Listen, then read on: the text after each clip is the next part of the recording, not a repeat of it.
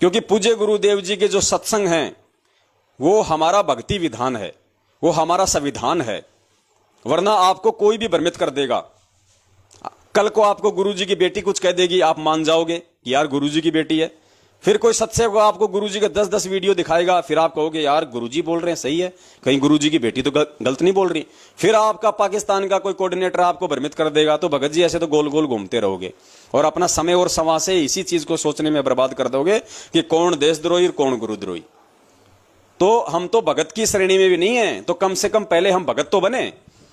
तो भगत जी इतने दिनों से आप जो लाइव साध संगति के प्रोग्राम देख रहे हो, हमारे वीडियो देख रहे हो, हमारे विचारों से आप परिचित हो। गुरुद्रोही की जो परिभाषा गुरुदेव ने बताई बड़ी सिंपल है कि गुरुद्रोही गुरुद्रोही सब कोई कहे, गुरुद्रोही न चीन्या कोई, गुरु से बैर ईर्ष्या करे, गुरुद्रोही कावे सोई। तो बताओ, जो गुरु का बैर करेगा, निंदा करेगा, चुगली करेगा, गुरु जी को गलत बताएगा, या वो खुद ऐसी कोई घटिया हरकत करेगा जिसके चलते उसके गुरु की बदनामी हो। तो भगत जी हम सत्सेवकों ने ना तो भक्तों से कोई राजनीति करवाई, ना किसी की कोई सीबीआई जांच करवाई किसी गुंडे की, जैसे इन्होंने आनंदपाल सिंह की करवा दी। ना हमने हरियाणा की किसान रैली को समर्थन दिया, ना हमने हरियाणा की बीजेपी सरकार को समर्थन दिया, ना कांग्रेस सरकार को समर्थन दिया, ना हमने हरियाणा के जाटों को 5% आरक्षण के टुकड़े के लिए हम किसी सरकार के आगे उनके साथ मिलकर भीख मांगी हमने। ना हमने हरियाणा के जाट आरक्षण में 20-20 लाख 15-15 लाख के उनको चंदे दिए।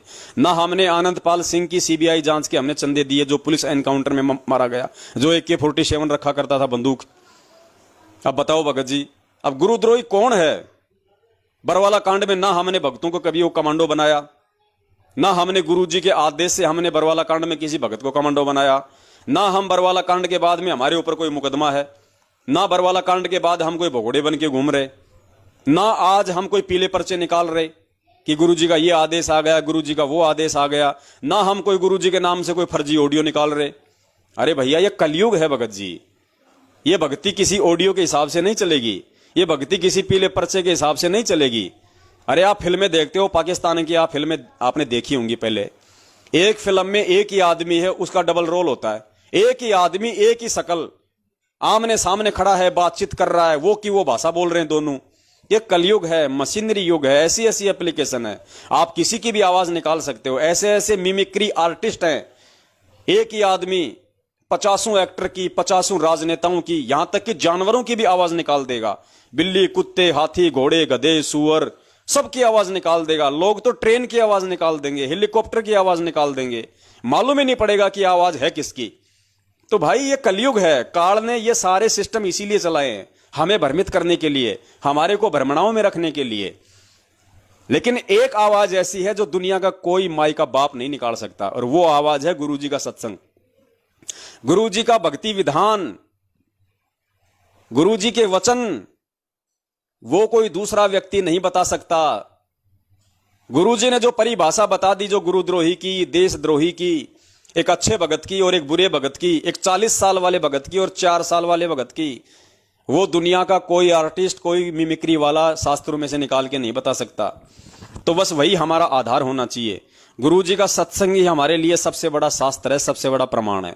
उसके अलावा हमने किसी भी जीव की बात पे यकीन नहीं करना चाहिए। कोई यदि मेरे जैसा 2 कौड़ी का जीव यदि कोई बातें किसी को बोल रहा है, बता रहा है, तो भैया अगर आप गुरुजी की मर्यादा में हो, गुरुजी के आपने यदि सारे सत्संग सुने हुए हैं, आपने यदि ज्ञान को आधार बना रखा है, तो आप तुरंत कैच कर लोगे कि ये भाई कौन सी बात सही बोल रहा है, कौन सी बात ये गलत बोल रहा है। और जो सही होगा उसको ग्रहण कर लो, जो गलत है उसको छोड़ दो। मालिक की वाणी भी है ना, साधु ऐसा चाहिए जैसे सीप सुहाए, सार सार को राख ले, छाड़ दे या सार, ऐसी कुछ वाणी है मालिक की। अरे कुछ भी आ रहा है, अरे जो सार है, जो हमारे मतलब का है, जो गुरुजी के ज्ञान आधार से है, उसको स्वीकार कर लो, बाकी छोड़ दो। लड़ाई झगड़ा करने की क्या आवश्यकता है? बस हो गया। मैं चाहे गुरुद्रोही हूं, चाहे मैं गुरुमुखी हूं, आपको इससे कोई फर्क नहीं पड़ना चाहिए।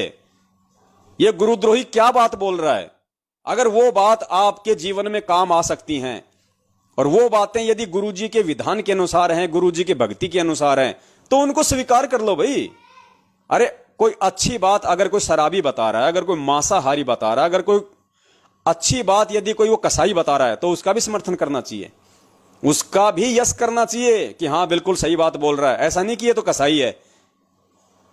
अच्छाई और बुराई भगत जी सबके अंदर है। तो हमने उस चीज को ग्रहण करना है जो गुरुदेव ने बताया। जैसे हंस होता है, सारस, सारस नाम का एक पक्षी होता है, उसको एक गॉड गिफ्टेड उसको एक है कुछ ऐसी पावर। गुरुजी कहते हैं कि उसको एक पात्र के अंदर 1 किलो दूध और 1 किलो जल पानी दोनों को मिक्स कर दो, 1 किलो दूध और 1 किलो पानी को। तो गुरुजी ने बताया कि वो ऐसा पक्षी है, उसको परमात्मा ने ऐसी वो दी है उसको टेक्निक, वो पानी छोड़ देगा 1 किलो और दूध 1 किलो पूरा पी जाएगा। तो वो संज्ञा परमात्मा ने आप और हमारे को दी है, हंस की संज्ञा, कि कहे कबीर पुकार के दो ही बात। मालिक की वाणी है कि कहे कबीर सोए जन मेरा, कि मेरा वो ही भगत है जो नीर खीर का करे निवेरा, जो सच और झूठ, सार और असार, नकली और असली, इन दोनों के अंदर पहचान कर लेगा और फर्क महसूस कर लेगा, और जो सही है जो असली है उसको अपना लेगा, जो नकली उसको छोड़ देगा। अरे आप जी मार्केट में जाते हो, कोई समोसे कचौरी खाते होंगे कभी, और उसमें यदि कोई अगर वो तिनका वगैरह आ जाए तो क्या तिनके को भी खा जाओगे? उस तिनके को निकाल के साइड में डाल देते हो ना। लेकिन ये थोड़ी कि उस तिनके को तुम गाड़ियां निकालने लग जाओगे, उस तिनके को तुम निकाल के चप्पल वहीं पे पीटने लग जाओगे। अरे जो हमारे काम का नहीं है, जो खाने का नहीं है, उसको निकाल के फेंक दो। लेकिन जो खाने का है, उसके अंदर जो मटर है, जो आलू का जो उसके अंदर मसाला है, सूप है, वो तो खाओ, बाकी निकाल के फेंक दो कचरा।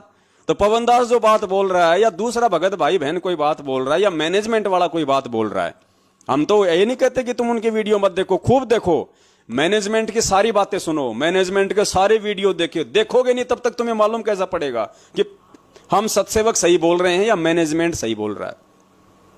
तो दोनों तरफ की बातें सुनो, तभी हम जज बनेंगे, तभी हम परमेश्वर की वाणी के अनुसार हम एक भगत कहलाएंगे।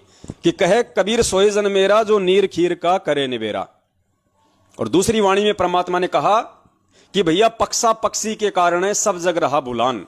पक्षा पक्षी, पक्ष और विपक्ष, गुरुदेव ने कहा कि ये पूरी दुनिया पक्ष और विपक्ष के चलते भूल में पड़ी है। पक्षा पक्षी के कारण है सब जग रहा भुलान, निष्पक्ष होके हरि भजय, सोहे सतगुरु सुजान, सोहे संत सुजान। कि मेरे इस मार्ग में पक्ष और विपक्ष से दूर होके जो निष्पक्ष होके जो मेरी भक्ति करेगा। अब निष्पक्ष कौन होगा भगत जी? निष्पक्ष वो होगा जो ज्ञान आधारी है, निष्पक्ष वो होगा जो सही और गलत का फैसला करना सीख गया, निष्पक्ष वो होगा जो पहचान करना सीख गया कि कौन मेरा गुरु भाई है और कौन मेरे गुरु का द्रोही है, कौन सतगुरु एजेंट है, कौन काल का एजेंट है। तो ये निर्णय करेंगे तब तो हम भगत बनेंगे। अब अभी तक यदि हम यही निर्णय नहीं कर पाए, इतने ऑडियो वीडियो सत्संग सुन के, ये दास जो राम कहानियां सुनाता है सारी गुरुदेव के ज्ञान आधार से बताता है, गुरु जी के सत्संगों को सामने रखता है भगत जी। अब बोलना तो मेरी मजबूरी है, अगर गुरु जी के सत्संगों को सीधे सीधे अगर हम उनको समझ जाते तो मुझ दास को फालतू में अपनी जीभ दुखाने की क्या आवश्यकता थी भगत जी। लेकिन वो सत्संग हमें क्या कहना चाहते हैं, गुरुदेव सत्संग के माध्यम से हमें क्या समझाना चाहते हैं। अब गुरु जी ने बताया कि बच्चा स्कूल में जाता है तो माँ बाप ने उसको पुस्तकें तो लाके दे ही दी। अब वो बच्चा ही अगर इतना ज्ञानी होता तो स्कूल जाने की जरूरत क्या थी, पुस्तकों को घर पे पढ़ लेता कि इसका क्या मतलब है। लेकिन वो नहीं निकाल सकता मतलब, इसलिए वो बच्चा स्कूल में जाता है, वहां पे उसको टीचर पढ़ाते हैं। तो इसी प्रकार जितने भी जो ये धर्म ग्रंथ हैं, गीता, वेद, कुरान, पुराण, ये यही थे, हमारे घर में रखे थे। कहीं भी जाओ मार्केट में 150 रुपए की लिया, कौन सी बड़ी बात थी। लेकिन हम इनको नहीं पढ़ सकते थे, नहीं जान सकते थे इनके मर्म को, इनके रहस्य को।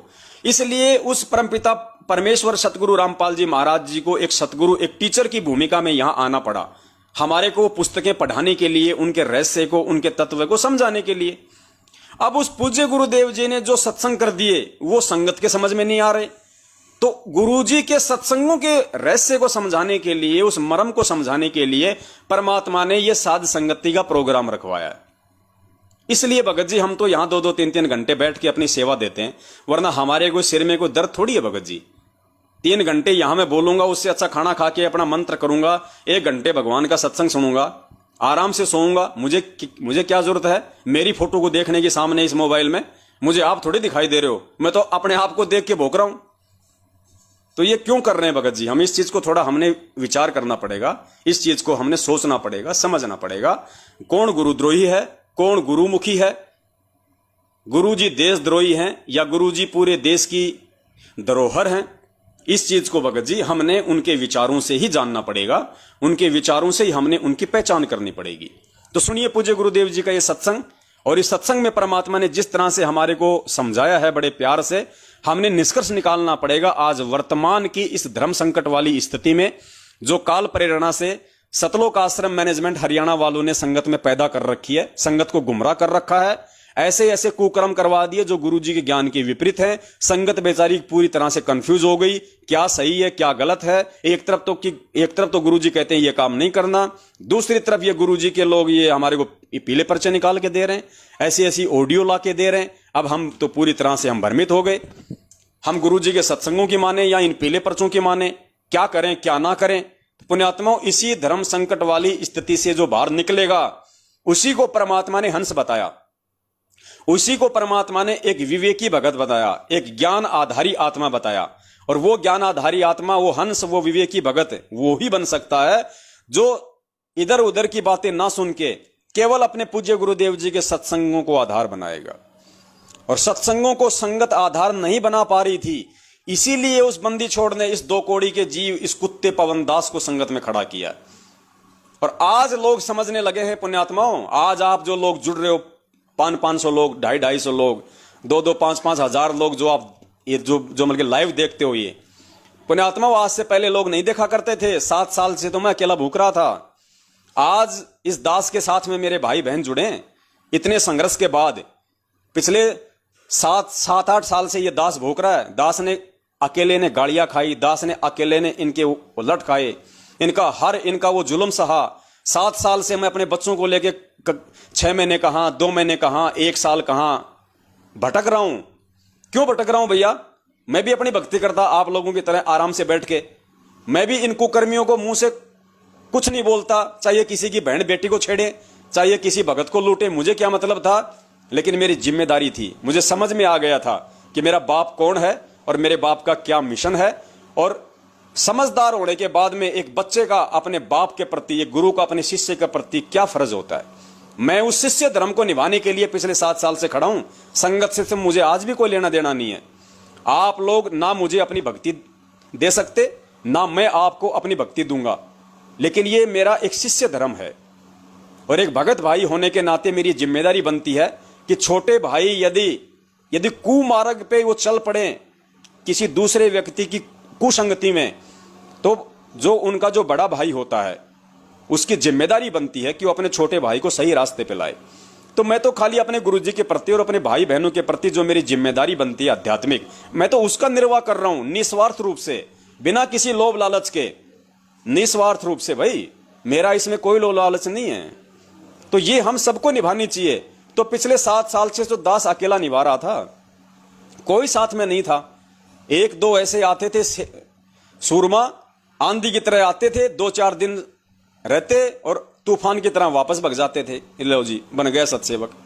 अब परमेश्वर की आत्माएं टिकने लगी हैं, अब परमात्मा उनको दृढ़ करने लगे हैं। तो भाई 7 साल से तो दास अकेला भूख रहा है। ये तो आप लोग पिछले 6-7 महीने से तो जुड़ने लगे हो। 6-7 महीने पहले आप लोग कहां थे, साल भर पहले आप लोग कहां थे, आप देख लो। अब आपको तो इतने सबूत दिखाए, इतने गुरुजी के आप जियों को ये सत्संग सुनाए हैं, इतने सारे सबूत इन मैनेजमेंट वालों के खिलाफ, इतने सारे आपको ढेरों प्रमाण आपको दिखाए, तब जाके आप लोगों के ये दिल में समाइए कि वास्तव में ये मैनेजमेंट वालों ने ही बरवाला कांड करवाया है और अपने धार्मिक धंधे के विस्तार के लिए और गुरुजी के आदेश की आड़ में इस पवनदास को जबरन इन्होंने गुरुद्रोही घोषित कर दिया है और संगत को ये लोग गुमराह कर रहे हैं। इतने प्रमाण और सबूत देखने के बाद मैंने इनसे जो बातचीत की, ऑडियो वीडियो इनके बनाए, मैंने गुरुजी के जो परमेश्वर ने दास से जो सत्संग निकलवाए बीच बीच से, उस आधार से आज आपको समझ में आने लगी हैं। तो सोचो पुण्यात्माओं, पिछले 7 साल पहले कोई माइका लाल ये जानता भी नहीं था कि मैनेजमेंट सही है या गलत है। किसी को इन पे कोई शंका नहीं थी, कोई इनके खिलाफ बोलने की हिम्मत नहीं कर पा रहा था। उस समय से परमात्मा इस दास को इन गुंडों के सामने खड़ा कर रखा है और पिछले 6 साल से वो परमात्मा इस दास से अकेले से ही संघर्ष करवा रहा था। तो अब आप लोगों को समझना चाहिए, अगर मैं गुरुद्रोही हूं तो मुझे सिर में दर्द करने की क्या आवश्यकता थी। मेरे कहने का मतलब यह है, मैं अपने आप को कोई शाबाशी नहीं दे रहा, मैं कोई श्रेय नहीं ले रहा, और शाबाशी देके और इस गंदे लोक में झूठा श्रेय लेके अगले जन्म में मुझे सूअर की योनि प्राप्त नहीं करनी, क्योंकि जो श्रेय लेता है वो सूअर बनता अगले जन्म में। और जो अपनी गाथा गुवाता है वो गधा बनता है। तो इसलिए दास बता रहा है कि पुण्यात्माओं, अब आप लोगों को ये बातें समझ में आ जानी चाहिए कि परमात्मा का पंजा किसके सिर पे है। परमात्मा वास्तव में ज्ञान आधार से किस भगत के साथ में है। अरे जिस प्रकार इन्होंने अपने धार्मिक धंधे और स्वार्थ के लिए मुझे गुरुद्रोही बना दिया, वैसे ही इन लोगों ने अपने धार्मिक धंधे और स्वार्थ के लिए बरवाला कांड करके पूज्य गुरुदेव जी को देशद्रोही बनवा दिया। अब दुनिया उन्हें एक संत नहीं मान रही, दुनिया उन्हें देशद्रोही समझ रही है। ठीक इसी प्रकार संगत मुझे भगत नहीं मान रही, मुझे गुरुद्रोही मान रही है। और मानने वाले तो संत रामपाल जी महाराज जी को अपना भगवान मानते हैं, और मानने वाले तो इस पवन दास को अपना भाई मानते हैं और मानते रहेंगे। लेकिन जिम्मेदारी यह है कि बाकी से ज्यादा लोगों तक हम ये संदेश पहुंचाएं कि भैया सही क्या है और गलत क्या है और हमें किस राह पे चलना है।